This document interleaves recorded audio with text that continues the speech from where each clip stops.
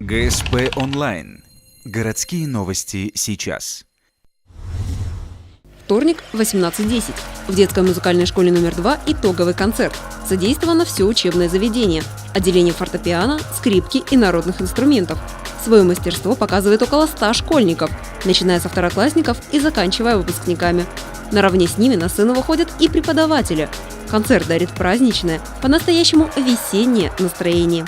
Выходят люди после этих концертов, знаете, у всех такие светлые лица, у всех такое тепло в душе, у всех такое сердечное настроение, что я понимаю, что мы не зря работаем все-таки. Этот концерт стал приятным подарком для родителей. Когда за окном стоит по-летнему теплая погода, для юных музыкантов и вокалистов начинается самое сложное время. Впереди их ждут творческие экзамены и контрольные работы.